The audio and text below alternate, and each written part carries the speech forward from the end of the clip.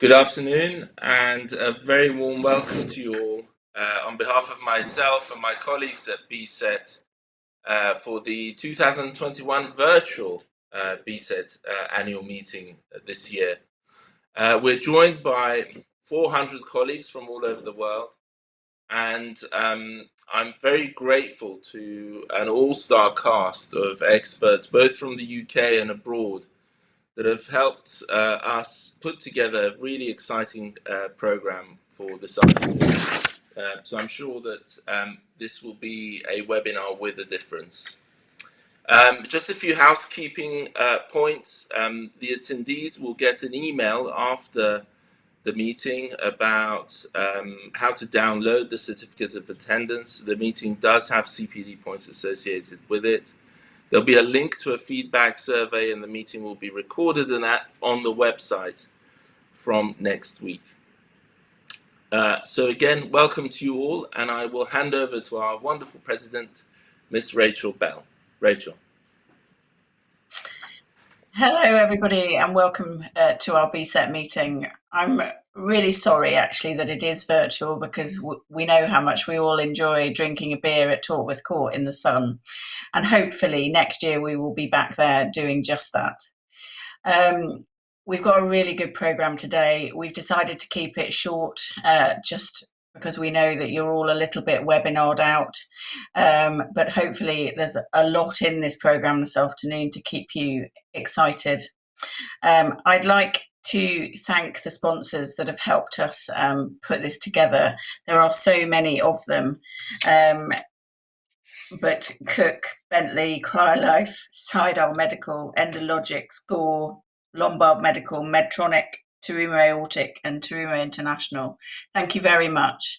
I know that there's been a lot of pull for sponsorship for webinars like this, but I'm very grateful that you've supported BSET this year. So for people listening at home, if you have questions for our speakers, you need to type them into the box on Zoom, and then we will be able to moderate and ask the questions to the speakers. So thank you very much. Without further ado, we will go on to our first session. We have three wonderful speakers in this session, and it's a real pleasure to introduce Hans-Henning Eckstein. He is a professor and a vascular surgeon in Munich, and he's got a lot of interest in unstable atherosclerotic plaque stenoses. But today he is talking to us about the international variation in endovascular treatment rates of aortic aneurysms. How do we get the balance right? Hans, thank you very much.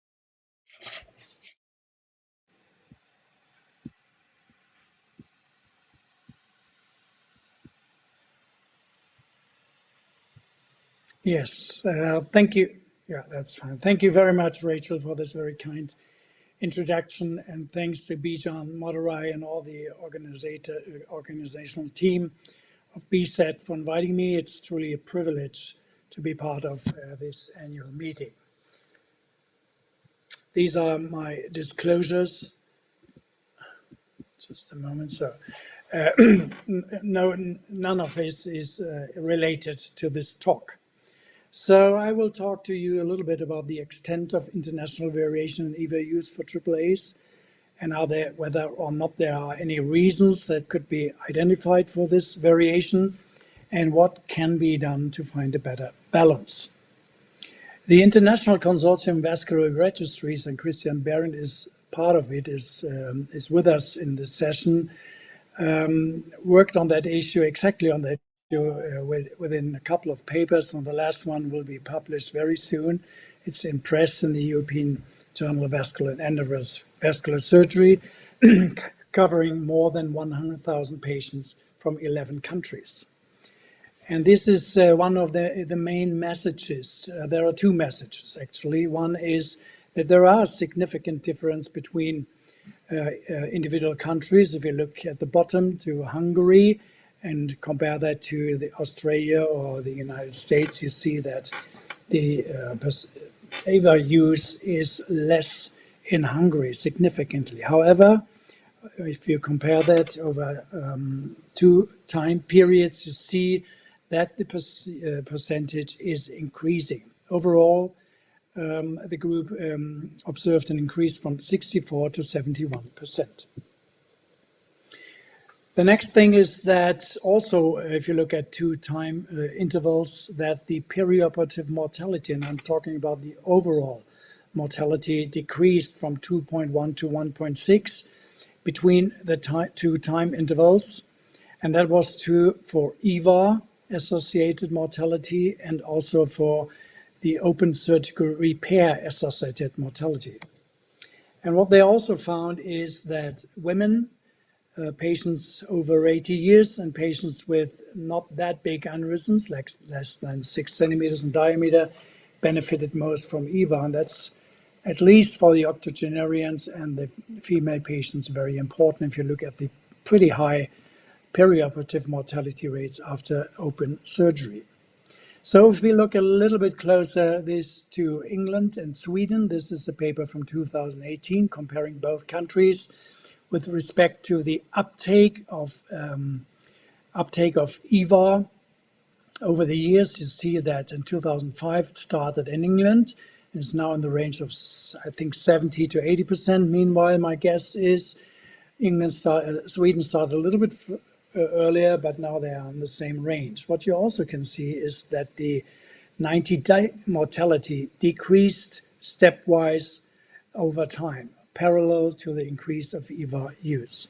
We made the same observation in Germany. These are data from 2005 up to 2014, paper from my group, and you see that we are also in the range of 70 to 80% EVAR use in elective non-ruptured AAA, and that parallel also the overall mortality decreased slightly, not that much, but slightly, especially for men, not that much for women, unfortunately. So the conclusion number one is that there is a significant international variation in EVAR use for AAAs. The percentage of patients undergoing EVAR has increased over time. And obviously there is at least an association, I wouldn't say scientific clear causality, but there is an association with decreased perioperative mortality rates. Are there any reasons to be identified for this variation? So again, a paper from the Consortium of Vascular Registry from 2016. If you look, for example, it's a little bit hard to see, but if you look at Switzerland, Sweden, Australia, United States, and all dots are single centers. And you see that there are some of them who almost never performed EVAR at that time, and some of them who almost ever, so more than 90% perform EVAR. So there is a very big variation within single countries. And again, a mirroring observation was able in Germany, where we looked at the administrative counties, and we saw that the range was 48 to 93% between the different counties in EVAR use for non-ruptured AAA. Another point is that guidelines recommendations are a little bit different. If you look at the ESVS guideline from 2 years ago, they say that in most patients with suitable anatomy and reasonable life expectancy, EVAR should be considered as the preferred treatment modality, a 2A strength recommendation, and that open repair should be reserved for patients with a very long life expectancy. On the other hand, NICE last year said that routinely open surgical repair should be offered for people with unruptured AAAs unless it's contraindicated because of abdominal pathology, anesthetic risk, and medical comorbidities, and that EVAR should only be considered for people who have that sort of abdominal pathology or have anesthetic risk and or medical comorbidities that would contraindicate open surgical repair. And in the last group of patients, also conservative management should be considered. Finally, last but not least, also the healthcare system and especially the reimbursement system might play a little bit in the selection for patients for EVA or open repair. If you look at the black dots, these are countries with a fee-for-service reimbursement models, and compare that with the one with the white dots, which what the authors called the population-based reimbursement models. You see that there was a tendency that EVA was more often used in fee-for-service countries, and that I'm from Germany, so I belong to the black dots, tended to operate also more often on smaller AAAs.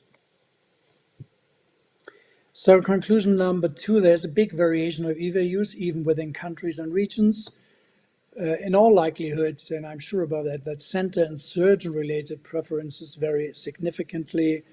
This interact, of course, with guideline recommendations, and it interacts also with the questions, what is anatomical suitability? So in the current guidelines, at least, there's no clear definition about that. And as I mentioned, the fee-for-service reimbursement, so financial incentives might also play a role. Finally, what can be done to find a better balance? Well, I think that what you in the UK did is of utmost importance. This is the centralization of AAA provision, because it improves patient selection for conservative treatment, EVA or open repair. There's evidence, tons of data about better outcomes in high volume centers.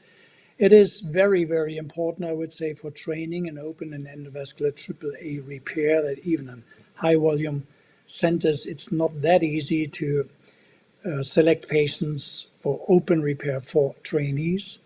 And also, I think that emergency EVA, where endo is better for those patients who are suitable, can only be done by experienced EVA operators and centers with high numbers.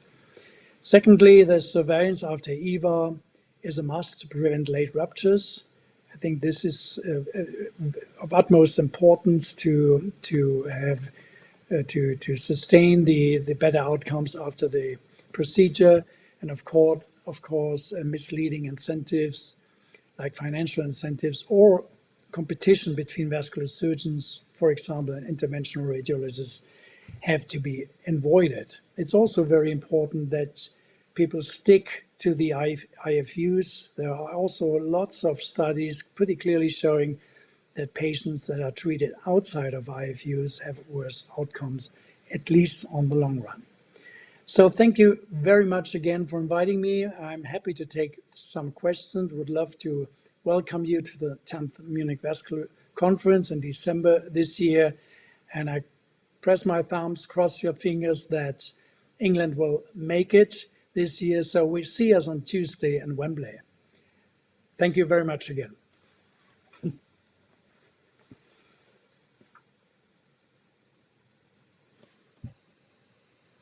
Muted, Rachel. That was a great talk, Hans. Sorry, I was muted. I would like to know whether you think that we're repairing too many aneurysms, as well as, there being a huge difference between centers as to their preference. Do you think we're good at picking who we should repair, or?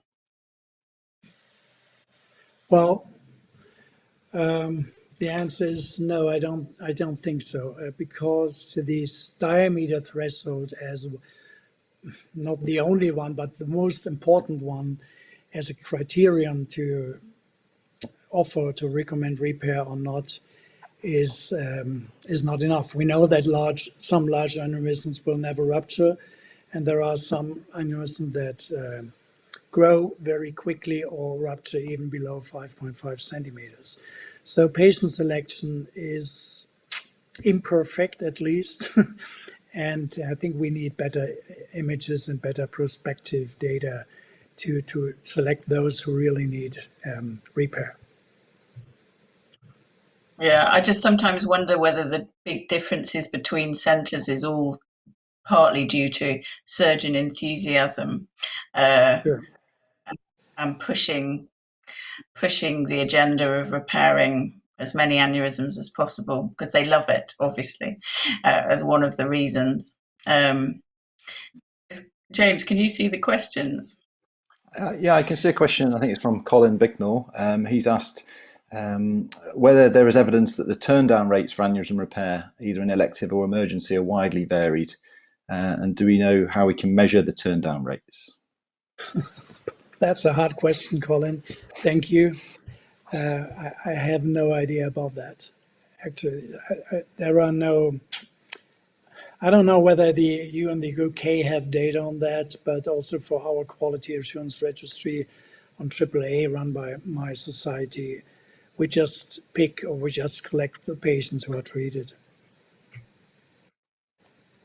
There's another question here come from Tim Beckett, just asking, should we be redoing the UK small aneurysm trial, given the low risk of rupture we've seen in the UK screening data?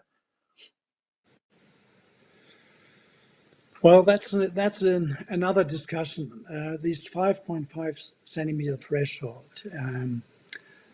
If I'm right, it was a survey between vascular surgeons in the late 80s or early 90s, last century. What they found is a good threshold. And the compromise of the Vascular Society of Great Britain and Ireland was to say, well, 5.5 centimeter is a good threshold for small or larger aneurysms. And that's all the evidence for 5.5 centimeters. You can also ask whether we should use 5 centimeters. I remember a talk of, well, I forgot the name, a very prominent vascular surgeon from Manchester who differentiated within the UK small aneurysm trial between 3.5 to 3.9, 4 to 4.5, and 5 to 5.5 centimeters. And in every tertial, the risk of rupture increased a little bit. So, well, I think this time we need other indicators. We need bioimaging. We need maybe fluid element simulations, these sort of things to find patients. And so just what would you do with all other factors being equal with a patient that turns up to your practice with an aneurysm, 5.5 centimeter aneurysm now? What's your kind of default position where you're almost looking for a reason to do something different from that? Well, it's always a truly and only preventive procedure, what we are talking about. So there's lots of time first. So, and then I discuss that issue with the patient and I tell him, well, EVAR is easy as compared to open surgery. If the landing zones are proper, etc., it's technically not that demanding and you can go home after 2 or 3 days, but you need lifelong surveillance. That's very important. And some patients then, and open repair has a little bit of greater risk. Our risk is 2%, 30-day mortality over the years, 2.5% as a maximum. And that's more risky, but on the long run, you don't need so much surveillance. And then we discussed that, and then I try to individualize it and find out what fits best the patient. And many of them actually come with printing material from websites, or they have also some recommendations from their family doctors or cardiologists, etc. So then we find out what's best. At the end of the day, of course, many of them follow my advice. Sure. But it's not a decision. It's not a decision. Within 5 minutes or so, it takes a little bit. No, absolutely. And I've found, I think, similarly that, when you tell the patients the information, as you said, about the two different options, quite often they'll make an early decision or an early preference that I find surprisingly fits very well with my thoughts as well. They tend to know themselves if they're good enough for an open, or if they're not going to do well with that and they're better with an EVA. So I'd be interested if there was any correlation between their initial thoughts and actually what we end up doing. That's perhaps a study for another day. There was just one last question from Simon Nike, who's asked, do you think that endovascular repair should be performed only in centres that perform the same open surgery? Should we be doing all procedures in one centre or none? Absolutely, yes. I think if we are talking about aortic centers or centralization of AAA services, it is clear that the diagnosis, also some sort of screening and follow-up with contrast ultrasound and medical treatment and open and endovascular surgery should be performed within one center. Ideally by vascular surgeons, I would say. So because then you don't have a bias to do things that others cannot do or vice versa. Absolutely. Thank you, Hans. That was a fantastic talk. We'll Thank you very move much on for to having the. We'll move on to the next talk in this session. And it's a pleasure to welcome Manj Gohel, who's a vascular surgeon I'm sure many of you will already know from Cambridge, Addenbrooke's hospital. He's a recognised expert in the treatment of venous disease, leg ulcers, varicose veins, and obviously has a very extensive research background on this. And today he's going to talk to us about appropriate case selection for deep venous stenting and any innovations that are on the horizon. Manj, over to you. James, thank you very much. Good afternoon, everyone. I'd like to thank Bijan and BSET for the very kind invitation. I'm honoured and delighted to be with you, albeit virtually. These are my disclosures. So it wasn't so long ago that being at big vascular and endovascular meetings and declaring a venous interest was quite a hazardous occupation. A lot of healthy skepticism, let's say, towards particularly the deep venous interventions. I think things have moved on, and I think what there's been a clear recognition of is that wherever you work, whoever you are, you will have seen patients with significant venous outflow obstruction, and the technology is now there for us to help these people. So I think it's great to have this sort of topic on the program. So just for clarity, what I'm going to talk about is suprainguinal venous outflow obstruction, predominantly in the iliac veins, but also in the caval segment. Rather than other anatomical locations, which are maybe more controversial. And there are lots and lots of different reasons why people get these venous outflow obstruction, but by far the most common things are post-thrombotic syndrome and then non-thrombotic lesions. And again, for clarity, post-thrombotic syndrome is a scarred, obstructed vein in people who've had a previous DVT, whereas the non-thrombotic lesions, or nivels, also known as May-Turner lesions, are an obstruction in patients that haven't had a DVT. And again, the original paper by May and Turner, who are Austrian pathologists, 1953, actually described in cadaveric dissections this tight fibrotic scarring that people get from the overriding right common iliac artery over the left common iliac vein. So that was their original description. There's been a bit of mission creep, and people now use all sorts of anatomical criteria to describe it, but that was the original description. And for those of you wondering how a DVT in the past can cause obstruction, well, this is what a post-thrombotic scarred vein looks like.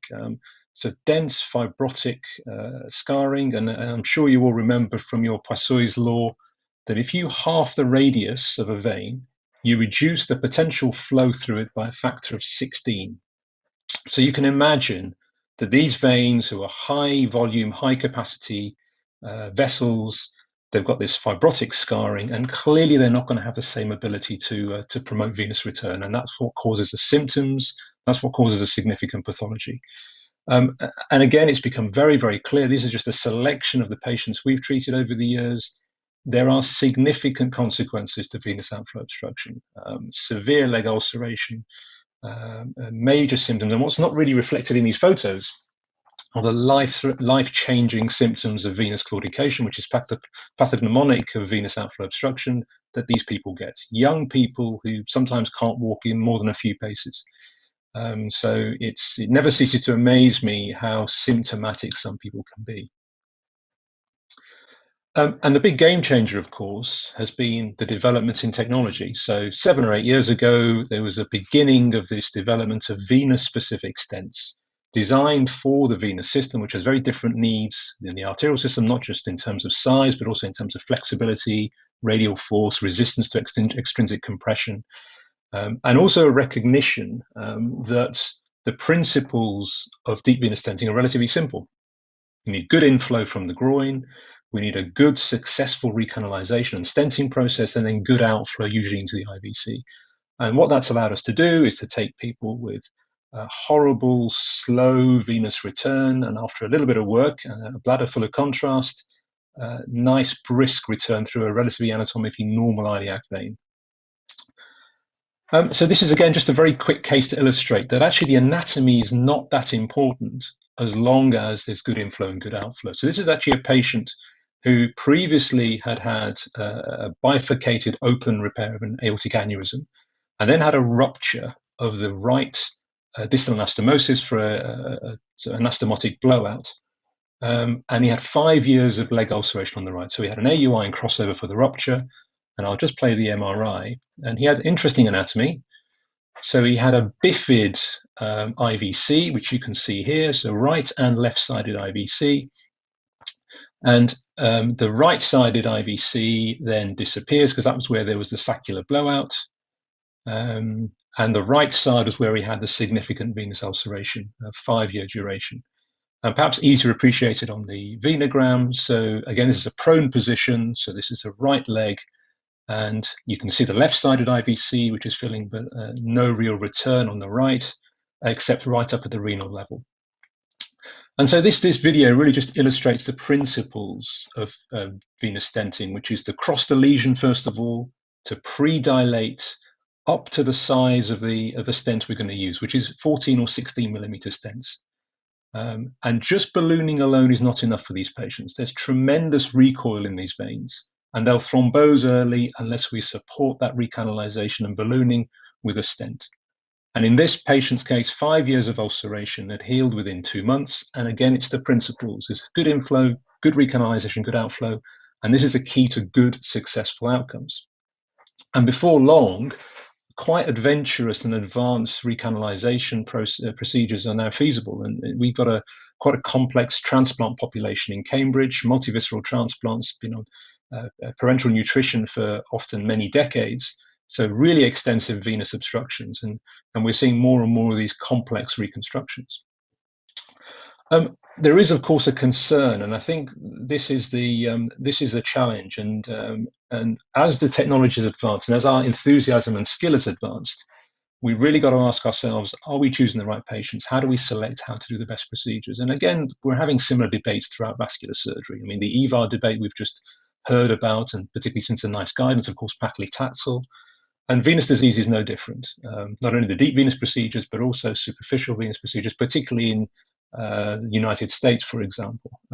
So I think it's entirely appropriate to address this and try and ask the questions: how do we choose the right patients? And of course, all of these interventions have got complications. And even if the procedures go well, there are new challenges that we're discovering. So again, I'll just share with you one of our earlier patients. So she had severe post-thrombotic syndrome. She's in her early 20s and had a very successful initial procedure. 2 years later, had an in-stent stenosis, remained pretty much asymptomatic.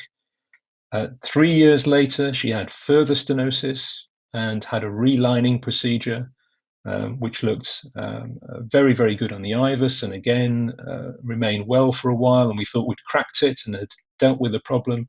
And just a short year later, she's got further stenosis. So this lady is still in her mid-20s. And this sort of long-term reintervention path is obviously one that we don't want to go down unless we absolutely have to. So how do we try and work out the best selection criteria? We look at the evidence, and there are certainly several systematic reviews. And of course, with the publication bias, the results are generally very good. It's worth noting that in the published literature, something like 2/3, or certainly over half of the patients treated, are for non-thrombotic lesions. In the UK, there are very, very few non-thrombotic lesions treated. It's virtually all PTS. I think this is a reflection of the really aggressive treatment that's present in some parts of the world. which is a big problem. There's only one randomized trial to date, a very small study, only 51 patients. And while there was an improvement in all the quality of life domains, it really isn't enough to push us and to guide us to work out the best selection criteria. So I think we have to recognize, deep venous enthusiasts around the world, that there is an evidence gap here that we need to try and fill. So how do we do it? What's our case selection process? I think it's very, very important that it's a clinical decision, a clinically driven process, rather than an imaging or an anatomically driven process. We're not lesion treaters, we treat patients. And so if the patient has significant venous hypertension, significant symptoms, they get investigated. Duplex is our first line. There have been some criticisms of duplex, that it's not good for looking at the deep venous system. That our team are absolutely outstanding, and it's frightening the accuracy of their duplex assessments for some of these patients. So duplex is very much our first line. If there's no significant proximal occlusive disease or outflow obstruction, then we treat the superficial veins and treat with them compression and proceeding along the usual routes. But if there is a suspicion, it's at that point they get some cross-sectional imaging, really to make sure that the outflow is good and there's no other pathology, and then proceed with stenting after an extensive consent process. So I've skimmed a little bit over the exact criteria and the exact patients. And that's deliberate, because the reality is we don't really have a true widely accepted consensus.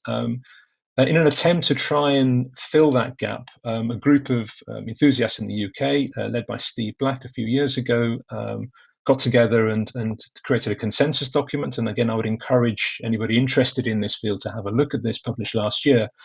And really what this did was to create and suggest some algorithms and some pathways for how units can make some of these decisions.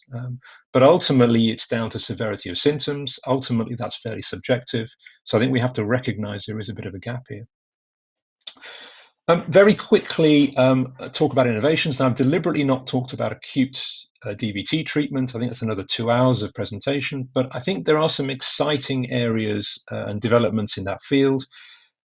Ideally, rather than have to deal with these patients as chronic, difficult, scarred PTS patients, we'd really like to prevent PTS by treating appropriately during the acute DVT. The challenge at the moment is we've got to make the decision within a couple of weeks, otherwise we're outside the thrombolysis window. And there are some exciting developments in thrombectomy, which I think may well become important changes, and particularly as we can potentially treat people beyond even 4 weeks and give us a bit more time to work out who is the right person to treat. So watch this space. So just to conclude, I think there have been clearly major advances in deep venous stenting, and also in our understanding and our skill. And there are a number of centres now around the UK who've set up really efficient teams with good outcomes. I think that's a real positive, because there is an unmet need here. But I think even the most enthusiastic experts would clearly accept that there are lots of questions remain unanswered. We don't have a widely agreed selection pathway. I think we're getting there, and I think we've got to be very careful to work within existing governance processes, audit our outcomes, and share results as much as possible. Thanks very much. Thanks, Manj. That's a fantastic talk, and I think this is really an area that is definitely, one of the big growth areas that we're seeing.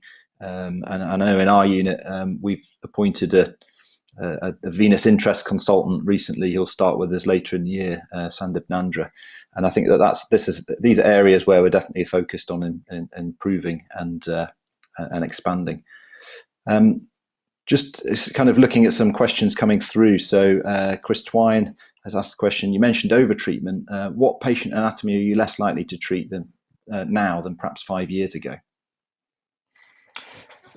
So I think whenever treatments are relatively controversial, I think you've got to pick people that have got the most to gain, where you're most likely to be successful. So I think those are just general principles. So the severity of symptoms are very, very important. And those borderline symptoms I'm much more conservative with and very honest with the patient. So swelling is a very common indication around the world, particularly in the US, for treating venous outflow obstruction. Only 50% of swelling gets better, even if you've corrected the outflow obstruction, because they have a secondary lymphatic dysfunction. And so you're not going to correct that by just treating the vein. So really getting the indication right. The other thing we've really learned is for these to be successful, the inflow has got to be good. So those people with common femoral vein and profunda vein disease, really difficult patients to treat. And I would have a really high threshold for trying to stent that sort of population. Whereas I think initially, as we were learning all this, maybe we were a little bit more aggressive in these patients. Manj, can I ask you a question? Ask a question? Yeah. So you were talking a lot about restenosis, and I know that that's a really evolving area for you for long-term young patients that are stented. Do you have a regime that you put them on? You know, do you use clopidogrel? Obviously, they're all anticoagulated. Is there anything that you can do to try and prevent it? The answer is yes. We have a regimen that we use. We have pretty aggressive early. I mean, these people are anticoagulated aggressively during the procedure. You know, to ACTs over 200. You know, sometimes 15,000 units of heparin are given. They have therapeutic low molecular weight heparin for a couple of weeks, as well as clopidogrel for 6 months. So there's a lot of 6 weeks. Sorry, so there's a lot of aggressive anticoagulation. I'm not sure that there is that much of a link with the in-stent thrombus lining, though.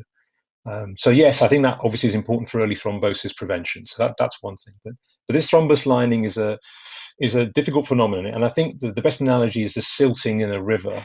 What you've got is a non-compliant, rigid, circular, cylindrical tube that you've created. And of course, venous flow is not going to be like that. It's not going to, at low flow states, you're not going to fill the entirety of that capacity. So I think it's not a surprise that there is some thrombus lining.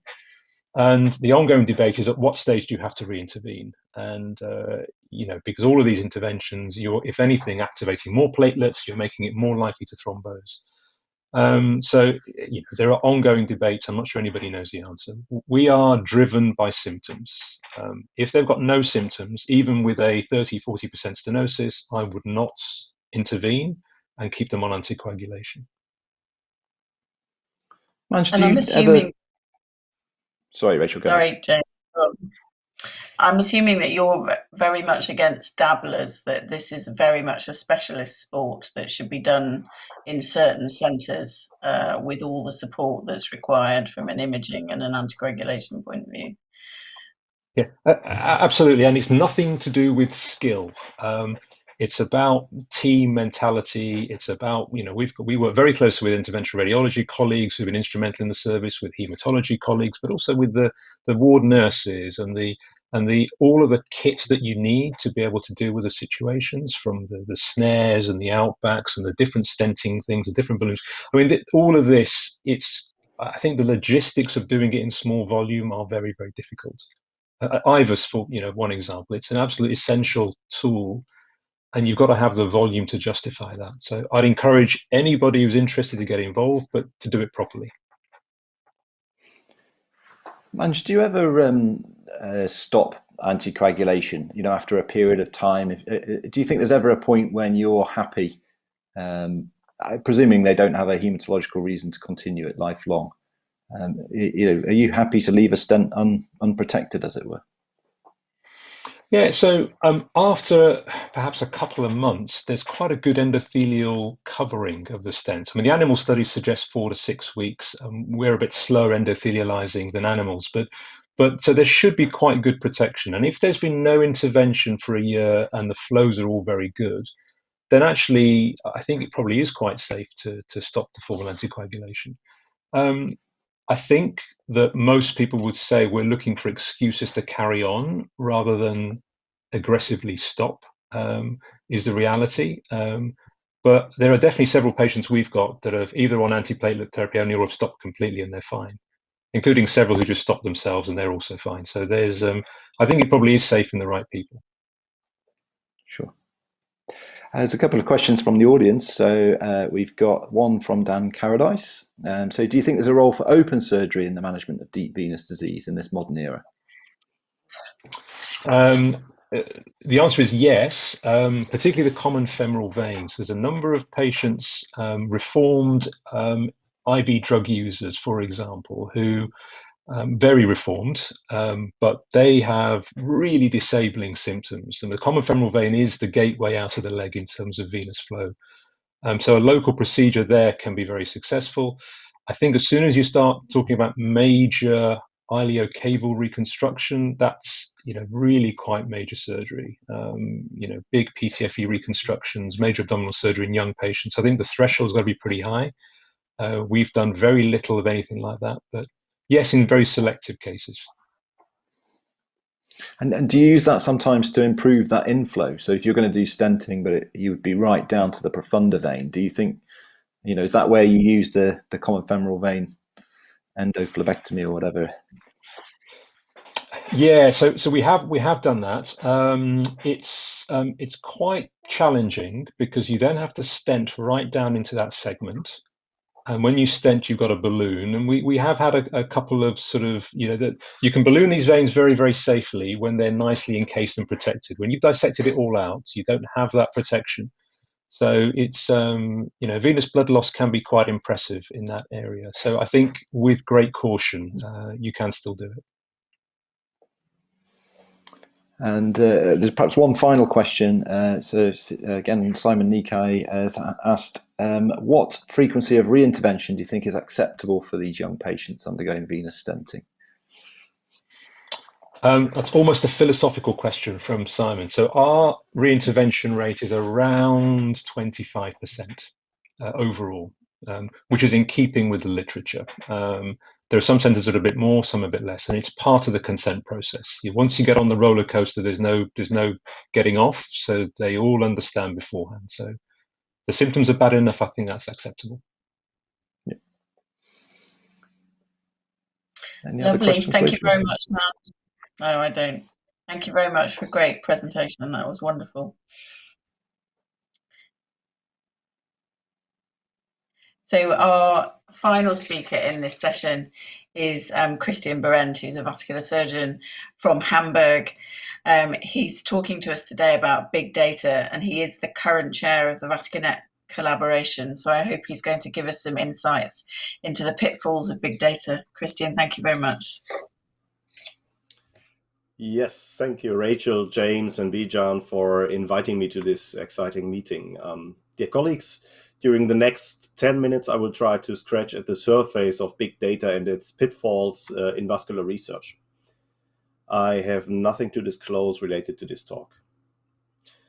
The field of data-driven research has changed significantly. In the 1970s and 80s, where only 1% of the global information were stored digitally, a registry was made from wood.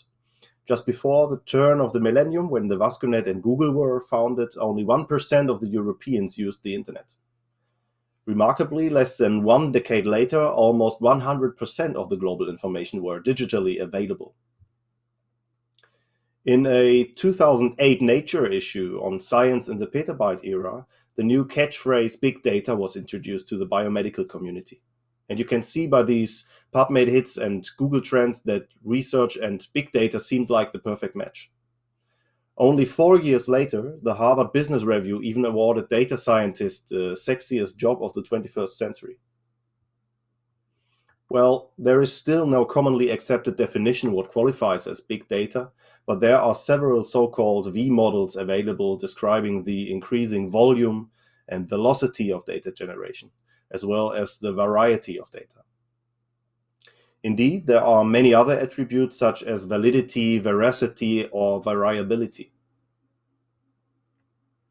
If you discuss with the many stakeholders, an information scientist would probably answer that we are not even close to real big data applications, while a rather conservative trialist would likely say this is all garbage in, garbage out. An expert from the Cochrane Institute in Germany once told me big data is swarm stupidity. And I certainly don't want to annoy you again with all the GDPR-related issues since 2018. We are all aware how challenging data exchange and cross-border research became due to the reformation of union law. And even if you became a part-time data scientist, convinced all the critics, and made your way through data protection law, the question remains how you get access to big data. The truth is that data is not always for free. As a matter of fact, different types of data are generated literally everywhere. However, we collect and process them for a specific reason.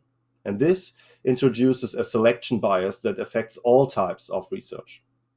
Depending on the selection mode, your data can be affected by a clear systematic selection bias where, for instance, a healthy user bias gets truly relevant. Or your data can be affected by a moderate bias with retained generalizability. This could be a random sample not affected by systematic selection. Ideally, the data of interest includes the entire target population and all events of interest, but that is seldomly achieved. So, big data methods introduce the opportunity to take advantage of less selected data, but they do not solve the problem of selection bias.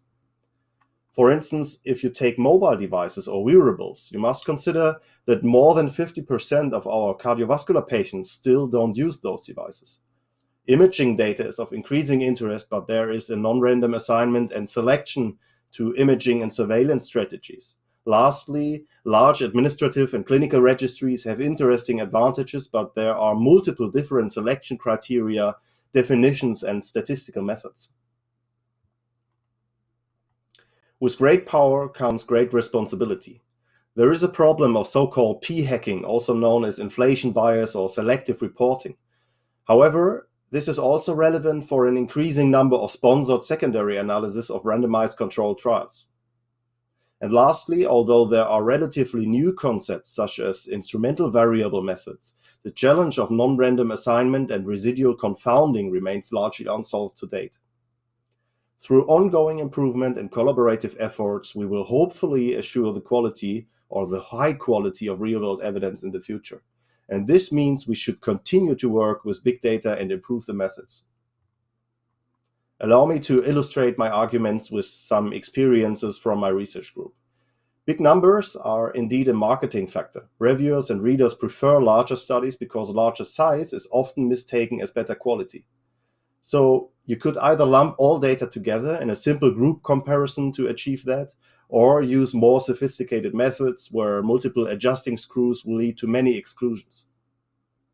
However, this will reduce the cohort size accordingly. Beginning from the composition of your cohort, the different strata of fundamentally different subgroups, the variable selection, model development, and endpoints of interest.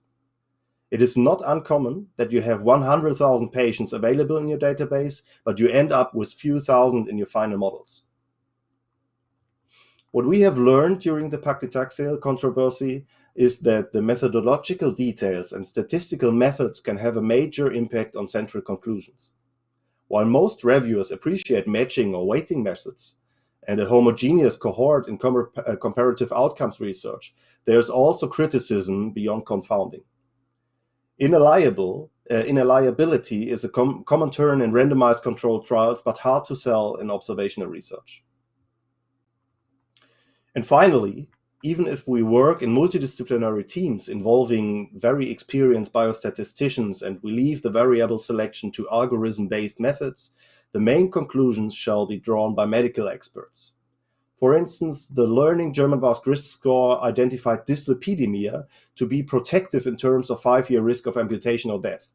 And the answer is that patients with an inpatient diagnosis dyslipidemia will more likely receive statins by the general practitioners.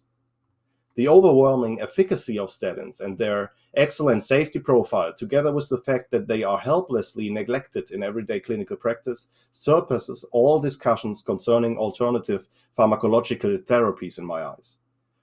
During the past years, risk prediction studies using large registries have gained increasing attention by the vascular community.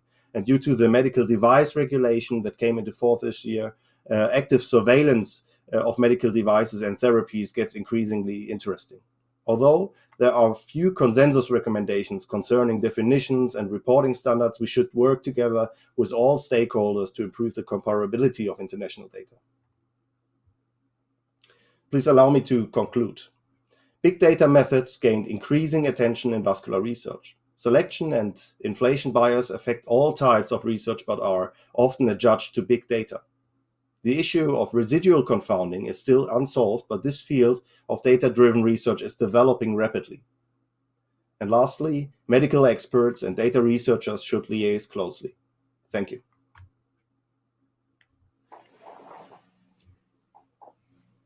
Thank you very much, Christian. I'm slightly flabbergasted by that talk. I mean, there is huge potential with this sort of data. I suppose it's how we master it or take control of it so that it becomes useful. Have you got any ideas about how we really should be doing it, or things that we should avoid going forward, or is it just a big morass of data? I think we will hear later from Katika Xalingam, who is very active in this field too, what potential developments we can expect. But for now, I think that we should work together and develop strategies how we can make the research comparable between the different groups. Because if you work with health insurance claims and administrative registries, there are thousands, 100,000 of different definitions how you define an endpoint or comorbidities, for instance. Even if you use commonly used classifications like Elixhauser or others, you can slightly modify them, and you have to modify them because the ICD coding is not the same in all countries. There are so many details and so many challenges to be solved, and I think this should not be done by each research group, but we should have joint efforts to develop, for instance, a guideline for real-world evidence research. So there's a question from Chris Twine in the chat saying, thanks for your great talk, Christian. What are the worst or most common flaws you see when reading big data studies? I think one of the most underestimated challenges are related to residual confounding, because first you can adjust or try to match, try to weight only for items you have in your data. If you don't know what are the variables outside the scope of your database, you will never be able to match sufficiently. And what is maybe even more important is the problem of selection, the problem of selection bias. That is why I try to put it on one of the slides. All registries have more or less to include only the patients that were included in the specific database. For instance, if you use a health insurance claims like we do in my research group from Barmer claims, you will always just have access to a proportion of the entire population. But this is the same in all other registries. There is no 100% registry available. So we need to find solutions how we can generalize our findings and conclusions to the target population of interest. That's the most challenging thing in my opinion. Thank you very much. So another question, I'm not sure who it's from.